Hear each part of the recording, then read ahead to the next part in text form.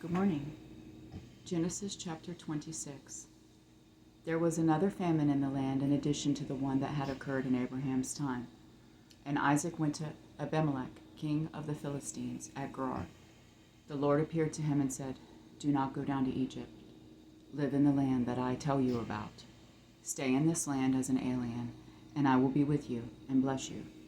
For I will give all these lands to you and your offspring, and I will confirm the oath that I swore to your father Abraham. I will make your offspring as numerous as the stars of the sky.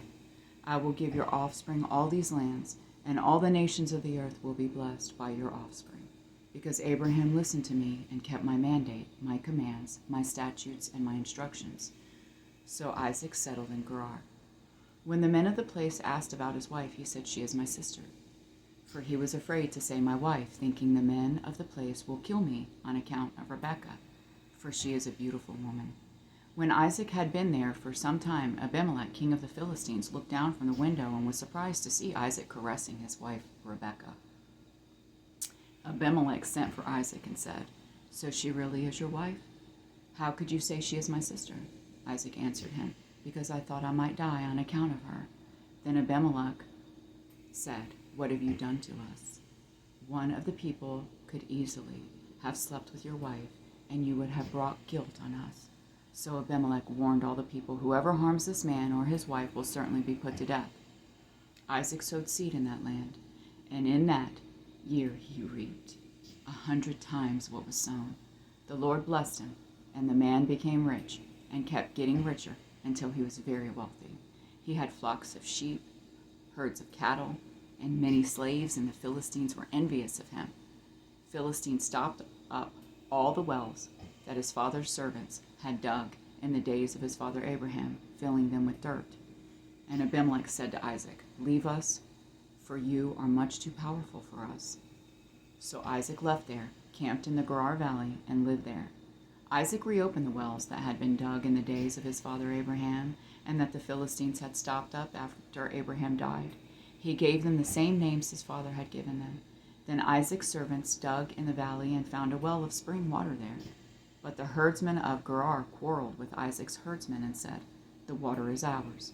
So he named the well Esek, because they argued with him. Then they dug another well and quarreled over that one also. So he named it Sitnah.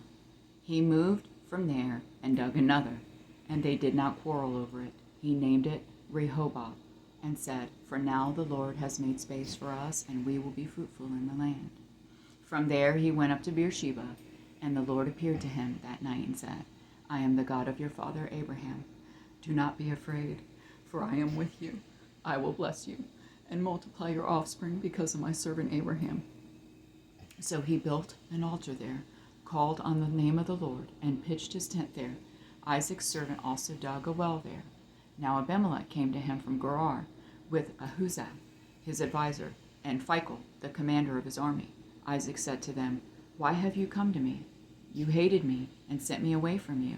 They replied, "We have clearly seen how the Lord has been with you.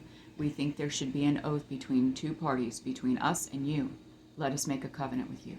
You will not harm us, just as we have not harmed you, but have done only what was good to you, sending you away in peace. You are now blessed by the Lord."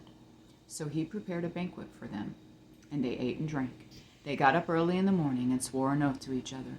Isaac sent them on their way, and they left him in peace. On that day Isaac's servants came to tell him about the well they had dug, saying to him, "We have found water." He called it Sheba. Therefore the name of the city is still Beersheba today. When Esau was 40 years old, he took his wife Judith, daughter of Beeri the Hethite, and Basemath, daughter of Elon the Hethite. They made life bitter for Isaac and Rebekah. I love you, Jonathan and Jessie.